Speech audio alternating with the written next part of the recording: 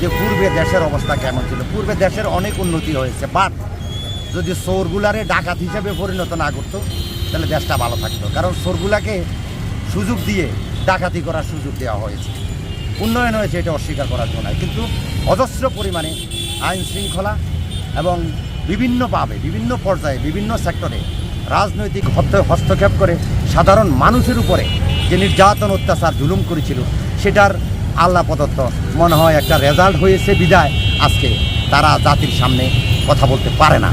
আমি আমার জীবনভর সত্য কথা বলি, যে সত্য কথা বলার কারণে হয়তো অনেকেই প্রশ্নবিদ্ধ আমাকে মনে করতে পারেন। আমি জীবনভর ন্যায় এবং সত্যের পূজারী, কারণ আমি মুসলমান, আমি মানুষ, আমি আল্লাহর বান্দা, রাসূলের উম্মত।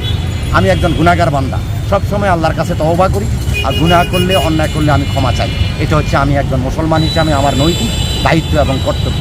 আর বর্তমানে যা বলছেন, যে আশা আকাঙ্ক্ষা নিয়ে বাংলার সাধারণ মানুষ এই বিষয়টিকে হাতে নিয়ে মানুষের ভাগ্য পরিবর্তনের জন্য যে কাজটি তারা করেছিলেন, তারা যদি ওই পূর্ববর্তী কথিত সরকারের পন্থা অবলম্বন না করে জনগণ যেভাবে তাদেরকে স্বতঃস্ফূর্তভাবে রায় দিয়ে তাদেরকে সমর্থন করে তাদের কথায় বিশ্বাস করে যে কাজগুলো করেছিল, এটাতে যদি তারা থাকতো, আমার মনে হয় যেন তারা আজকে বাংলাদেশের মানুষের কাছে স্বর্ণাক্ষরে তাদের নাম লিখিত থাকে।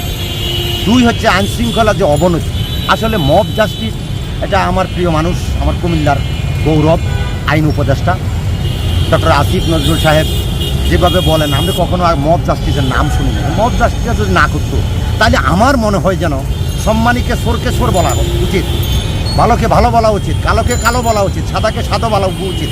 কিন্তু ওই পর্যায়ে যদি সাধারণ মানুষের উপরে নির্যাতন না করে বা তাদের অধিকারের উপরে হাত না দিয়ে যদি তাদেরকে সুন্দরভাবে পরিচালিত করতো, আমার মনে হয় যেন আইনশৃঙ্খলা আরও উন্নত হতো।